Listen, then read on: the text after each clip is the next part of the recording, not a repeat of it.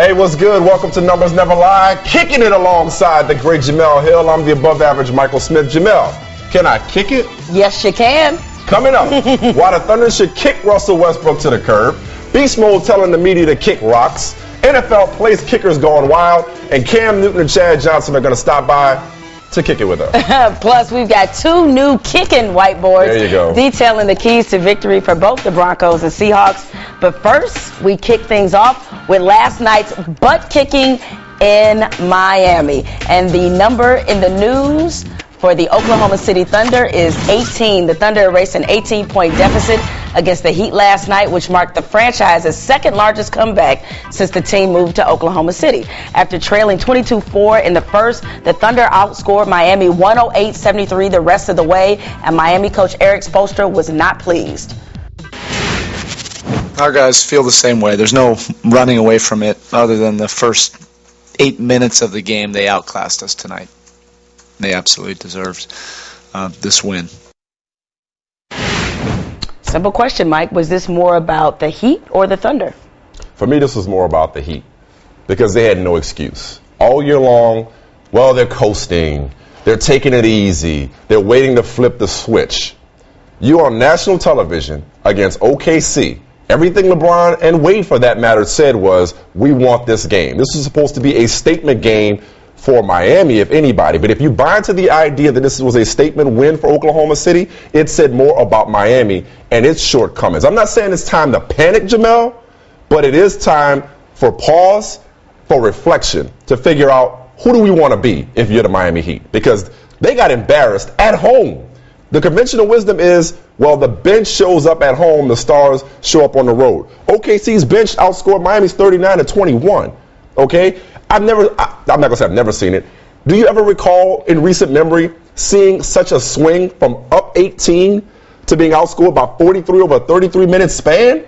That was embarrassing for Miami last night. Well, that's why this was more about the Oklahoma City Thunder. Clearly, because they aren't the champions, it's more incumbent on those chasing the championship to make an adjustment. You brought up about how Oklahoma just seemed to flip a switch. What happened was they made an adjustment. They took Kendrick Perkins, Scott Brooks, who is not known. Thank you, Scott. Right. Thank you. And you know he is not known for making. How I feel about Kendrick Perkins. I know how you feel about him, and you know he's not known for making in-game adjustments. That's not a strong suit. He pulled Kendrick Perkins with 4:36 into the game. And from that point on, the Thunder, they had 20 fast break points, and Miami could never catch up. It was very clear their supporting cast was more athletic than Miami. There you go. And how often have we been able to say that? They basically beat Miami at its own game. You know, they got out and ran. 20 turnovers Miami had, and OKC had 25 points off it. They were the more athletic team, as you just mentioned. 13 steals by the Thunder. You could say, oh, the Heat was sloppy, or this was an outlier, them scoring 70 points combined in the second or third quarter, or the three-point shooting for that matter. But I'm sorry. I saw a Heat defense whose rotations were getting picked apart by exceptional ball movement by the Thunder. The Thunder assisted on 13 of 16 threes. Now, they made 16 threes, but they got open shots because of their passing. Well, they got open shots because Kevin Durant, Miami clearly had a game plan. Their game plan. What a good one. Well, their game plan, and it makes sense and philosophically, was we're going to load up defensively on Kevin Durant because clearly he's had one of the most, the hottest stretches, most historical stretches we've seen in the month of January.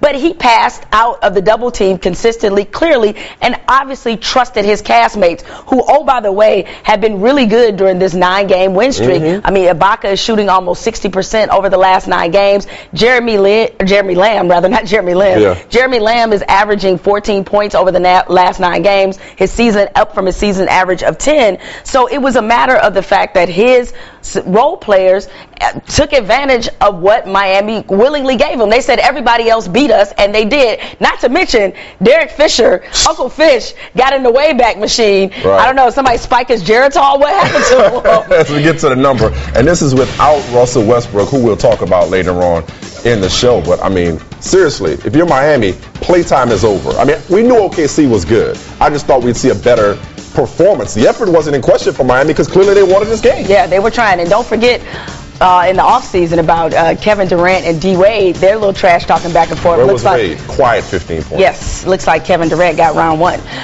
With last night's game, more about the Thunder or the Heat. You say the Heat, I say the Thunder. The numbers also say the Thunder. As much as we talk about KD and LeBron, this game was swung by the supporting cast. OKC got a huge boost off the bench from Derek Fisher and Jeremy Lamb, who combined to shoot 12 for 17, including 9 of 11 from beyond the arc. Their 33 points match Wade and Bosch's combined total. Not pushing the panic button for the Heat. Yeah. Just saying. So OKC countered with another big three. No doubt. Staying with this game, the number in the news for Kevin Durant is 23. He scored 23 points on 9 of 17 shooting in the 21 plays in which he was guarded by LeBron James last night, despite an average field goal distance of 20.8 feet on those attempts. On the other end, Durant guarded LeBron for only 9 plays and held the King to 2 for 6 shooting. Durant has been MVP runner-up to James 3 times and, of course, lost the finals to LeBron 2 years ago. But clearly my man is tired of taking a back seat, and many believe he's taken over as the clear MVP favorite. KD and LeBron gave us a Rucker Park moment, as KD called it in the third quarter. So here's a question. Has Durant become LeBron's rival officially? I think he has become his rival. Now, obviously, there's a huge difference in accomplishments. LeBron has multiple MVPs. Well, there you go. Mr. Rings don't settle everything, okay? Not everything, but okay, go ahead. Rings don't settle everything, especially when it comes to rivalry. It's all about the person that's in the power position, which in this case would be LeBron because he has accomplished more, how they feel. And you could tell in that third quarter, we showed the video as you were introducing the topic. In that third quarter, things got real between Kevin Durant and LeBron. That's true. They were both trying to set up early in the game, set up their teammates, try to get them involved. In the third quarter, they went shot for shot. And it was very clear that LeBron James felt the arrival of Kevin Durant as much as everybody else. See, but there's a difference between a rival and an equal. And Kevin Durant, the way he's playing right now, as a player, very much looks to be the equal, if not a slight notch below LeBron James. His level of play this year has been without peer. So, like I said the other day, in terms of best player, not best season, but best player, I'm willing to go LeBron 1, Durant 1A. I wouldn't argue with somebody if they want to flip it the way they've been playing this year. That's just me. But that's being an equal and being a rival are two different things in my mind. Because when it comes to a rivalry, I like to think of it as I win some, you win some. I got to go through you to get what I want and vice versa. Well, that's just 4 to 13 now head to head. Durant has won 4 out of 17 meetings against LeBron James' team. Durant has not won anything yet in terms of team accomplishments. So that's why I say the accomplishments come into play in this case, because you're not a rival, especially, and it's also hard to have a rival in a different conference as well. Now, if they meet again in the finals or continue to meet in the finals. It worked out all right for Lakers. Larry Bird and Magic Johnson. It worked out all right for them. That's what I was just about to get to. If they continue to meet in the finals over the next several years, then you have something. But that's why the Kobe-LeBron was more of a debate than a rivalry. In the regular season, occasional meetings, it's hard to say a rival, but an equal, I might be willing to give you that. But it's because they're equal that equality turns into a rivalry. See, the problem is that Kobe Bryant is in the generation of players before LeBron James. He's still a peer. They're a peer, but they're not in the same age group. These two are in the same age group, even though LeBron is a little bit older. And I think part of the reason why Kevin Durant, in addition to wanting to be the best, why he has rounded out his game is because of LeBron James. I'm not saying they don't push each other. And they're guarding each other, too. I'm not saying they don't push each other, but it's not quite a rivalry just yet. It's interesting to talk about as we get to the number. It's interesting to discuss. It's interesting to debate. But there's a reason why when LeBron was asked who his rival was, he said Paul Pierce. Yeah, but that was because that's who he had to go through. But when did he say that? But he had to go through Paul to try to get past that threshold. And Kevin has to go through LeBron to get the MVP, and if he wants a championship, I'm sure. But he hasn't done it yet. That's the point. It's got to go back and forth to be like we're rivals. You win some every now and then. I win most of them. Don't flatter yourself. Has Durant now become LeBron's rival? LeBron's rival. The numbers say no. So it's 1-1.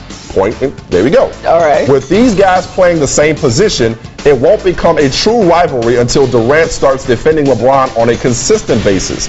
KD checked the king on just 6 out of his 20 attempts Wednesday, and James took advantage, going 10 for 14 against all other defenders. Basically what the numbers are saying, more Rucker Park moments. Yeah, but I would also like to mention that when he did check him, LeBron's average distance of field goals was 18 feet. So I think KD did his homework job last night. All right, moving on. The number in the news for Adam Vinatieri is 2006. That's how many points the 4-time Super Bowl winner has scored in his career, which ranks 5th all time. Now, recently, NFL Commissioner Roger Goodell said the league is considering abolishing extra points. Well, Vinatieri, he has countered with the idea that I think, in terms of brilliance, I'd rank this right up there with the microwave and the remote control mic. Vinatieri told NFL.com the league should make 50-yard field goals worth 4 points. That's brilliant. Are you serious? I'm dead serious. That's brilliant. I can't. This is a great idea. This is so pointless. No. Pun intended. No, he has an extra point. No. Wait, what are you trying? So what, 60-yard field goals are going to be worth 5 points? No. What are we trying to accomplish here? I don't even think Vinatieri was serious, so I can't believe you're taking this seriously. I think Vinatieri was just trying to take the power back on behalf of kickers. Well, since they feel in some kind of way about an automatic extra point, a waste of time being taken out of the game. But why would you want to completely alter the strategy of the game by going to 4-point field goals? This isn't rock and jock. What are you talking about? Okay, so it's okay because Roger Goodell, part of I guess the proposal was a touchdown is automatically 7, and unless you want to go for 2. Unless you want to go for 2. Why do a pointless extra point? That doesn't take away from kickers' value. Yeah, but then you're going to start manipulating the points with that, and that's okay. But a 50-yard field goal, which I would think would be a lot more difficult, include a lot more strategy. Not recent years. It's not a lot of kickers in the league that can routinely make 50-yard field goals. I think it would add an excitement to the game if you did it wouldn't. It would add complete another chaos to the game. You're the same person always talking about you don't want to give out participation trophies or extra credit. Right. Why stop there? Not only should we make 60-yard field goals worth 5 points, let's just give them extra points if it's in the clutch. How about we give them extra points if it's in the Super Bowl? Adam Vinatieri, your game-winning kick against the Rams back in 2002, that was worth 7 points. What? That's ridiculous. No, what people used to think was ridiculous? They used to think the forward pass was ridiculous. They used to thinking that the earth was round was ridiculous. All right, so that's not even the same thing. No, that's not the same league. It ain't the same park. It ain't the same sport. Okay, it is. I think he had a point. And this ain't fantasy football. In fantasy football, a 50-yard field goal is worth 4 points. Right. This is for real football. Okay. This is utterly ridiculous. You know, I find all of this sass that you're giving me right now really ironic. Consider, Mike, why don't you tell the people how you won your fantasy football league? The semifinal was on Justin Tucker's 61-yard field goal, which in reality was worth 3 points. How many times will you see somebody say, you know what, we don't need a touchdown down 4, let's just settle for the field goal? Are you trying to ruin a great game, Jamel? I would ask Roger Goodell that because he's been tinkering with the game. So why is this proposal any more preposterous than some of the other ones? Have you ever heard, number time, have you ever heard the phrase tongue-in-cheek? Seriously? Have you ever heard that phrase before? Because Adam Vinatieri didn't mean that. I think he meant it. And he's tired of kickers getting shade, by the way, and I understand him on that. Dan Bailey just got $22.5 million. Now, you know that doesn't happen. From Dallas. Robbie Gould just got paid. Kickers get paid. And guess what? If we had 4-point 50-yard field goals, then people would feel more comfortable about them making that kind of money. All right. Can't believe you forced this topic in the show. Okay, like I'm the only one that decides. All right, does Adam Vinatieri have a point that 50-yard field goals should be worth Better not say yes. 4 points? You say no, I say yes. I love this idea. The numbers say no because the numbers apparently don't like forward progress. But anyway, because 50-yard field goals have quickly become easier and easier for kickers to convert. So they're too easy now? Okay, they were converted at a 67% rate this season, up from just 48% 6 seasons ago. Thank you. At this rate, 50 yarders will be a chip shot by 2020. Thank you. Seriously? Now, that said, Morton Anderson should be in the Hall of Fame, New Orleans Saint, Michigan State, and Ray Guy for punters for that matter. Don't tell me our kickers don't get respect, please. All right, moving on. The number in the news for Marshawn Lynch is 6 minutes, 47 seconds. His mandatory Super Bowl media session lasted just 6 minutes and 47 seconds on Wednesday. Tuesday, he tolerated our kind for 6.5 minutes. Today was just as painful. He was asking somebody how much longer he had to do it for a while. Lynch may be SR, stay ready, and he may be about that action, boss, but clearly he is not about that interview life. The Pro Football Writers Association of America took action, releasing a statement expressing his disappointment in Lynch's lack of media day access. At this point, Jemele, this has become more about the media than it is about Marshawn Lynch. You got to admit this. No. This is jumped the shark. No, actually, you know what? It's about a different word. It's about professionalism.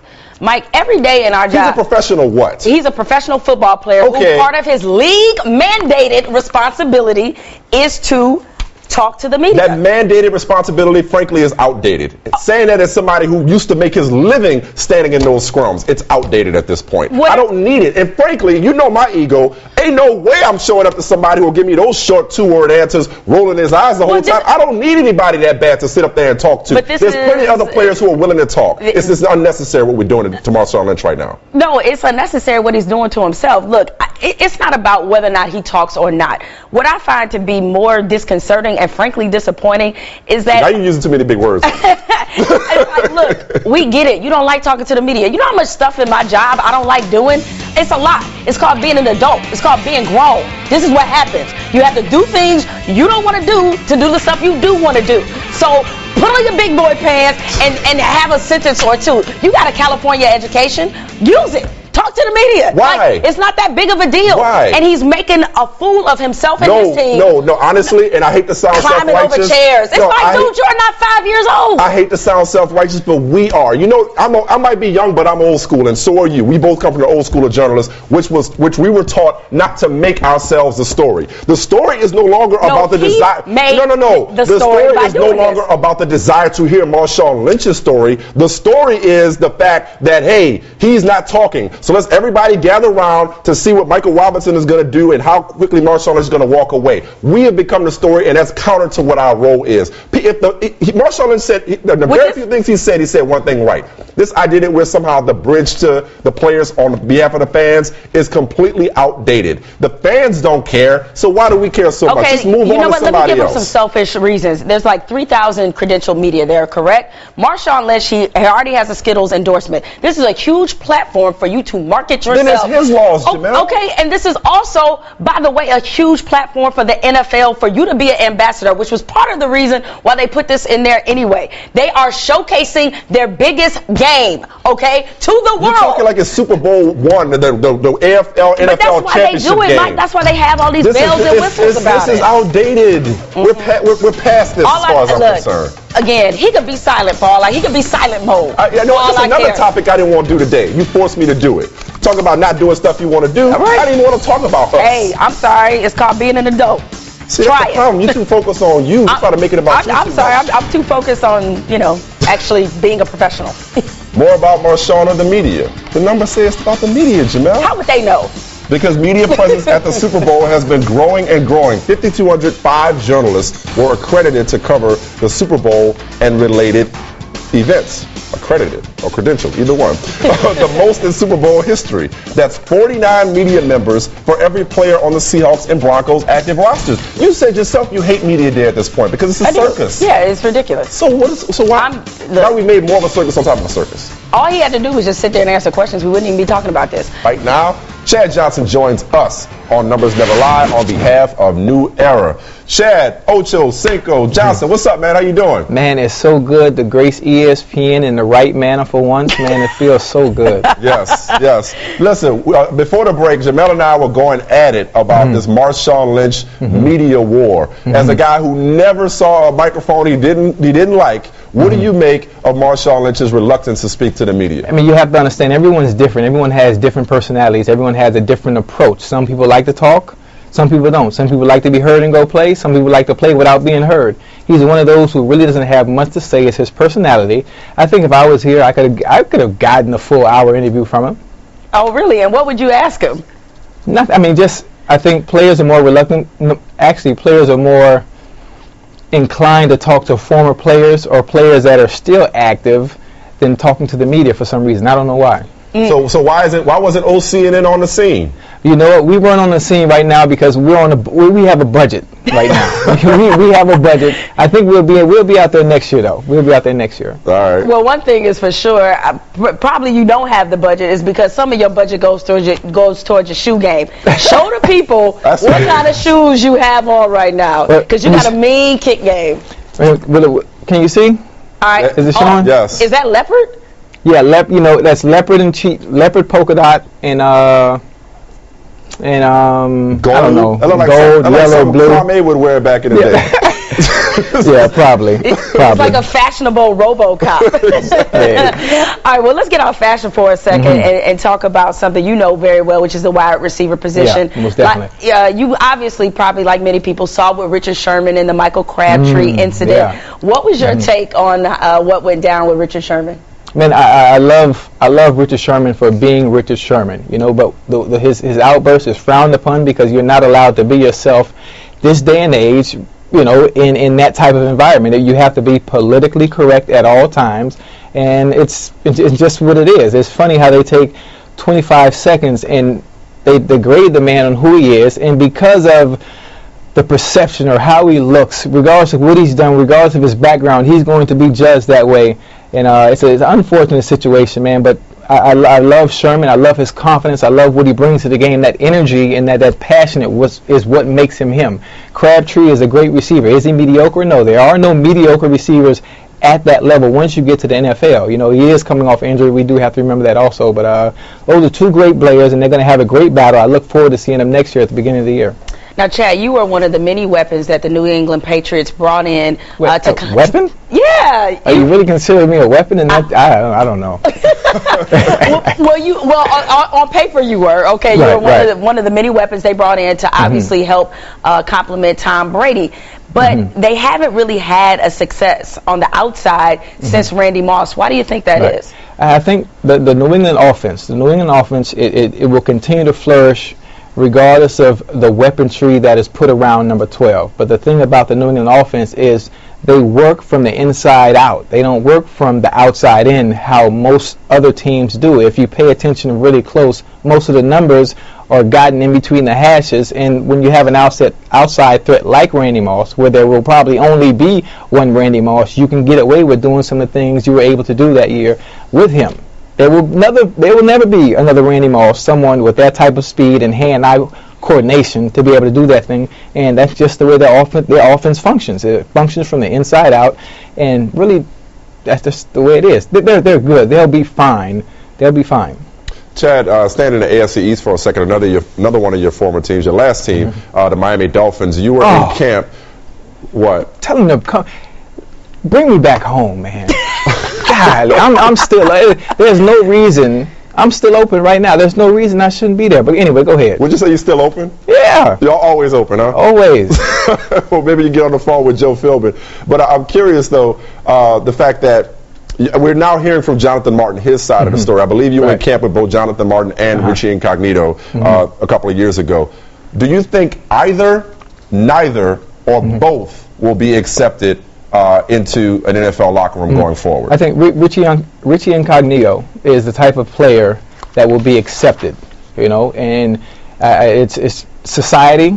Society won't like it. Society won't like the fact of what he's done, and I have to be careful with my wording here because I don't want to seem like what he did was okay. But that type of player, that passion, what Richie brings to the game, that tough guy mentality is what you need on the field. Johnathon Martin, I don't know. I mean, to go that route, a route that's really never been taken before, at some point you have to stand up for yourself, you know, in the locker room, and just in that magnitude in general. You know, you can say no. You're a grown man. No one can tell you, no one can take anything from you. You're not on that team to make friends. You're there to do one job, and that's to protect Ryan Tannehill by all means. Everything else outside of that is nothing. Yeah, and one of the things he acknowledged to Tony Dungy in the interview was that he didn't go to Joe Philbin, the head coach, which was interesting to say the least. Before we let you go, who you got on Sunday, Broncos or Seahawks, and why? Oh, man. Oh, my goodness. You know, I hate that you put me in this position. I would love to see Richard Sherman get a ring. I love the Seattle defense. They are unbelievable. They've been unbelievable throughout the year. But one thing I would never bet on Peyton Manning having 2 weeks to prepare. Another thing I would never bet on Peyton Manning's IQ. That's too much time. That's too much Denver. It's just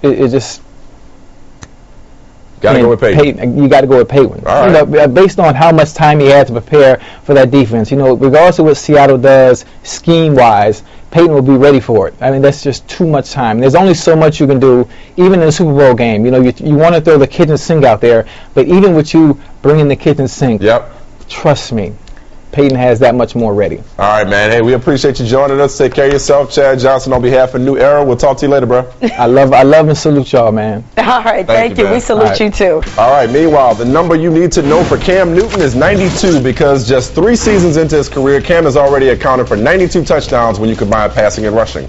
Only one quarterback in NFL history has had more through 3 seasons. That would be Dan Marino with 100. Not a bad name to join in history, and we are very excited that Cam Newton joins us now on Numbers Never Lie, very obviously on behalf of Pizza Hut. Ace Boogie, is that right? Yeah, you see me. I'm just not leaving work. You know, I had time. Can I get a large pepperoni?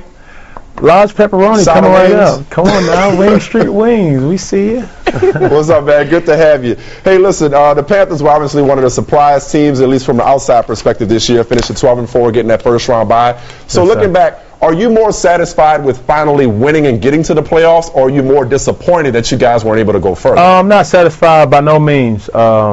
We play this game for one reason and one reason only, and that's to be busy right now. The other 30 teams are envious, or they're crazy if they're not envious if you're not the Seattle Seahawks or the Denver Broncos right now. We had our opportunities.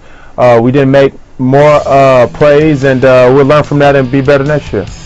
And first of all, Cam, my co-host is trying to play it cool. All right, we kid and joke with him all the time because he might be your biggest supporters. He's adopted quarterbacks as sons, and I think, what is he, the oldest child, or is you, Johnny Manziel, and Jameis Winston? Yeah. Those are his 3 quarterbacks. Cam's got the top bunk. Okay. Appreciate that. I thought I would just embarrass him on national TV because that's how I do. But getting back to your Panthers, your general manager, Dave Gettleman, it sounded like in the summer leading into the season that he didn't sound too convinced that you were a franchise quarterback. And then he said there was no question after the season that you had that you are one. What was sort of your reaction to him finally sort of using your name and the word franchise together? Well, I couldn't be mad at him before the year because I didn't hold up my end of the bargain. You know, it goes back to numbers actually don't lie. You know, and it's funny that I'm here talking about it. But more importantly, the most important number in all of sports is the win and loss bracket. And I was losing in that bracket. So with this season. We went 12-4 in the regular season, and we have to be better in the playoffs. And I look forward to making an appearance and multiple appearances in the playoffs and having a better outing as well. So Cam, I caped up for you after the playoff game because your boy Colin Kaepernick mocked your Superman celebration, Right. and I felt some kind of way. I thought that was quarterback on quarterback crime. Did that rub you the wrong way? Oh, we good. It's all in all of sports, man. You know, but that's why we have fans, and it brings the entertaining aspect to our sports. That's why we all watch football, or watch basketball or baseball. Don't be PC. Were you really good with that? Because at the press conference, you said it's not the first or the last time, It's not. and then you walked off. Were you really good with another quarterback coming into your crib doing your Superman celebration? I think I felt more played being that we lost the game. Okay. But no one likes to be mocked. But I have a lot of respect for Colin. I know him, and we're all good. And like I say, it's not the first nor the last time. Mike Tolbert even did it in the Pro Bowl, and I even felt bad then. Okay, well, good that you and Colin are good because you guys are co-hosts in the Cartoon Network's Hall of Fame Awards next month, so y'all will be together. It'd be a lot of friction if we didn't. Well, but he mocked your Superman celebration. Let's just go all the way corny for a second. Does Colin have superhero powers in your opinion? See, that's the thing. When people ask me about the superhero taunt, it's not specifically to say that I'm Superman or I'm super at what I do. I think we all, as human beings, have some type of thing that we're good at. And I'm being a football player. I think I'm good at football, and we all possess some rare form. So with me, Kaepernick, Peyton Manning, Russell Wilson, we all have something unique that we bring to this earth. So you're saying an average person who was born on Earth could possibly do extraordinary things? Jesus. Hey, listen, that's why I'm partnering with Peace Hell right now, because the campaign is going for greatness. And from what I just saw, when I just left work, I'm not that good at flipping pizza dough, so I'm gonna stick to my day job, man, and try to perfect this quarterbacking. No, thing. because I want you to settle something for us. We've been debating this for years, me and Jamel, since you big into Superman. Is Batman a superhero in your opinion? Absolutely. Oh, come on. That's my guy. Damn. That's my dude. No, Batman does not possess a superpower. What's a superpower? He doesn't, but he still pay the right people to make him look like he possesses superhero features. Come on now. So he's a really rich guy. That's a Extremely superpower. Results. It's about results, You know Cam. what? It's all about results. Cam, you just let me down. Tell him he's in the Justice No, don't League, say Cam. that. Don't say that. I mean, is James Bond a superhero? Bruce Wayne, you know, he's a philanthropist, you know, so he gives back to the community. No one really knew who Batman was, so that's kind of his alter ego, you know, Dr. Jekyll, Mr. Hyde kind of thing. So, you know, of course, he always wanted to protect Gotham City, so that's super at that. You know what, Cam? I'm gonna let you off the hook for this conversation. We'll get back to the football field. Now, you faced the Seahawks twice in your career, and this season, and those happen to be games where you had some of your fewest passing yards. What makes Seattle's defense so difficult? They're very stingy, and that's one of the main characteristics when you talk about great defenses. You know, they have rangy guys in the secondary that create small windows as a quarterback that you look for. Also, you know, they have very skilled linebackers that can run in space and that can guard either your running back or your tight end. So at every form of the game, the Seattle Seahawks are average, above average, or very excellent at what they do. All right, so with that said, who you got on Sunday and why?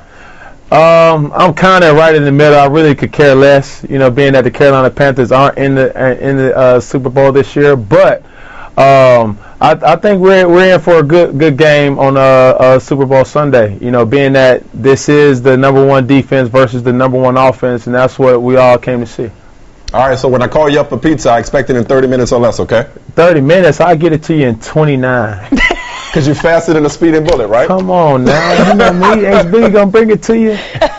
All right, man. Appreciate you joining us. Thank you, Yes, sir. Thank you. The number in the news for Kevin Durant is 6. So last night he became the 6th player in NBA history to score 30 or more in 8 straight regular season games, all victories. That last part is key. The Thunder are winning 9 in a row now, despite the absence of their second best player, Russell Westbrook, who on some nights can be their number 1 player.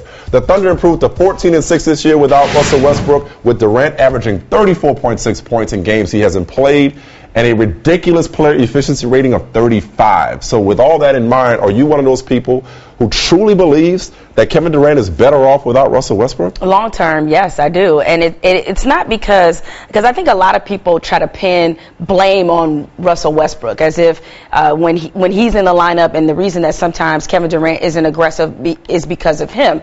And I think that it's part of their friendship. And this was my concern when LeBron and D Wade first got together, is that they were such good friends that they would probably defer to each other in the wrong moments. And I think we saw a little bit of that, and they just had to outgrow it. The problem here, I think, is that Russell Westbrook, understandably so, given his age, his explosiveness, ability, he thinks that he himself is a franchise guy. And he's not. Because he is. Yeah, but Kevin Durant's the franchise. That's who you have to build around. That's part of the reason that they're winning, is that everybody's settled into their roles. Durant's playing at an outstanding level, but he makes everybody else on the floor more comfortable because of the type of player that he is. Russell Westbrook is a score first, very athletic, dynamic player. I'm just not convinced their games meld together. I don't understand how you could say that when 2 years ago they lost to a better Heat team. They weren't ready, clearly, in 5 games in the finals. Last year, they were looking great until Westbrook got hurt, and how'd that work out in the playoffs? Now, I get that Reggie Jackson and Jeremy Lamb and even Perry Jones last night, those young guys have grown up, and Durant has gotten better in terms of being an overall playmaker. I get all of that. But throughout NBA history, Jamel, with very few exceptions, has a team won a championship, let alone multiple championships, without at least 2 superstars. You're in a league right now where players are gravitating superstars differently. Okay, well, right now Russell Westbrook, when healthy, is probably a top 10 NBA player. Right. You're in a league right now where players are looking around the landscape of the league saying, where can I go to team up with another player? Carmelo Anthony, for example. Dwight Howard just went to join James Harden, who was 3rd in OKC. So if Kevin Durant, you said long term, if he wants to win not just just a championship, but championships, he needs Russell Westbrook. But he needs help. I'm just not convinced that Russell Westbrook is the help. See, it's all about fit, all right? The reason why Dwight went to Houston is because he needed a playmaking guard. He's a center. Of course he needs a guard. That fits, all right? But they made beautiful music together. I don't understand. I mean, they were in the finals 2 years ago. As we get to the number, I think Russell at times, understandably so, again, because of his ability, he feels like he should be the show. Because on some nights he is. But because in his mind, he should be the show. Actually, this is your number, not mine. Maybe I couldn't have read it. In your mind, are you this year? Let's just put it out there. let's just address that. I'm just a team player, happy to be here. Both teams played hard. Is Kevin Durant better off without Russell Westbrook? The numbers say no. Despite an increase in Durant's personal numbers without him, the Thunder have been better as a team with Westbrook in the lineup this season. They're 21-4 with him, shooting at a higher rate and holding opponents to a lower field goal percentage. So in one day you want to trade Russell Westbrook and you want field goals to be worth 4 points. I've always felt this way. And you want I field think goals to be we see a worth 4 reincarnation of KG Starberry, but reach. Just a fantastic reach right there. It's time for some numbers you need to know. The number you need to know for MetLife Stadium is 38 degrees because according to the National Weather Service, the high for Sunday is 38 degrees, dropping to the 20s by the time the game ends. Doesn't sound like there'll be a lot of snow, wind subsiding as the night goes on. What I tell you, much ado about nothing for all you people like, oh, I can't believe it's outside. Like, who cares? It's so unfortunate. It's unfortunate because my fear is that this somewhat good weather, I guess, for January, is going to convince people that an outdoor Super Bowl is a good idea. It's still not. So I was hoping it would be the blizzard of all blizzards, wind from gusts that we've never seen before, so we would never get this stupid idea again to have an outdoor Super Bowl. Great weather in New York's bad thing, said no one ever. All right, the numbers for Madden are 31-28 because EA Sports simulated the Super Bowl, picked the Broncos to win 31-28 in overtime. Now Madden has correctly predicted 8 of the last 10 Super Bowls. Right? You give this some stock, or you put stock in this? I mean, as somebody who grew up in franchise mode, I mean, I obviously have to put some stock into this. I mean, this is Madden. I mean, Tecmo Super Bowl did it too, which is like the second greatest football game of all time. No. I'm not going to let you get away with that. Tecmo Bowl is the greatest video football game of all time. That's your nostalgia. No, it's not. It's the truth. Plays. You had a 25% chance of picking the same play. Unless you had Bo Jackson, you were going to be tackled for a loss. Greatest video. I'm not arguing that. Madden is a superior game. The number you need to know from Peyton Manning is 1 because Richard Sherman ranked Peyton Manning as his #1 quarterback. However, he said that in a column last month, and he reiterated this week, he said, hey, some of Peyton Manning's passes are ducks. You know what Peyton said? That's true. I'm proud of my ducks. Well, that's a good response. Way to handle it. He's thrown a lot of touchdown passes throwing ducks. Quiet as it's kept. They've been ducks his whole career. He hasn't had the strongest arm, which goes to show you the strongest arm isn't the most important thing. And I didn't think that Richard Sherman was trying to be disrespectful. He's been very complimentary of Peyton Manning, and one of the byproducts of the neck surgeries is the fact that Peyton, he's lost a little sensation in his arm. That's but it's gotten better this year. It's gotten better. That's it's about timing and accuracy and anticipation and knowledge. That's what it is. All right, the number for CeeLo Green is 22 because it was 22 degrees with a single-digit wind chill when the puck dropped at the outdoor Rangers-Islanders game at Yankee Stadium last night. But CeeLo still went out between the first and second periods and performed. See, the problem with this is people don't understand that CeeLo Green used to be one of the baddest MCs in the game. I was listening to Goody Mob driving into Bristol. Lord, it's so hard living this life free. Oh, that was awesome. Right, see it, brother, on TV.